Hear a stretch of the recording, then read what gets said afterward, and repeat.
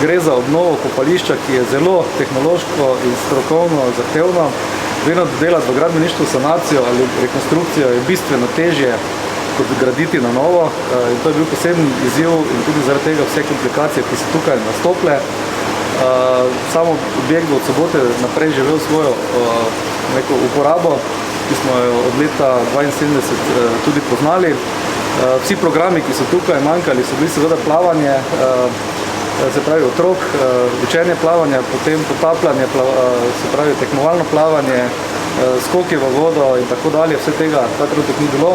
Moramo se zavedati, da je to najlepše in največje kopališče v Sloveniji. Takšnega športnega objekta Slovenija nima, kot ga imamo tukaj, zato moramo na to biti še posebej ponosni. Danes bomo šli naokrog, bomo pokazali vse 3 pogodbe, ki so bile tukaj realizirane. Se pravi, gre za obnovo samega bazena, izvedbo garderob, prezračevanja, menjave stavbnega pohištva, energetska sanacija samega objekta in seveda ureditev vseh prostorov. Mislim, da tudi ob izrazitem prizadevanju delavcev, ki so tukaj zaposleni, se je odstranilo iz tega objekta, bo mogoče gospod Stevanovič bolj povedal, ogromno materijala, ki se v vseh teh letih tukaj tudi nakopičil.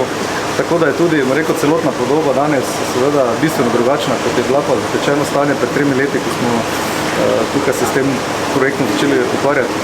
Tukaj je cirka 3800–3900 kvadratov je vsega skupaj, kopalnih površin je pa okoli 1800–1900, tako da je kar velika površina in za rekreacijo, tako za šport, kot za klube, za društva in za vse zabave in plavanje želje Mariborčani. Verjetno je zelo pomembno tudi to dejstvo, da se je verjetno čisto vsak Mariborčan naučil plavati prav pri stanu.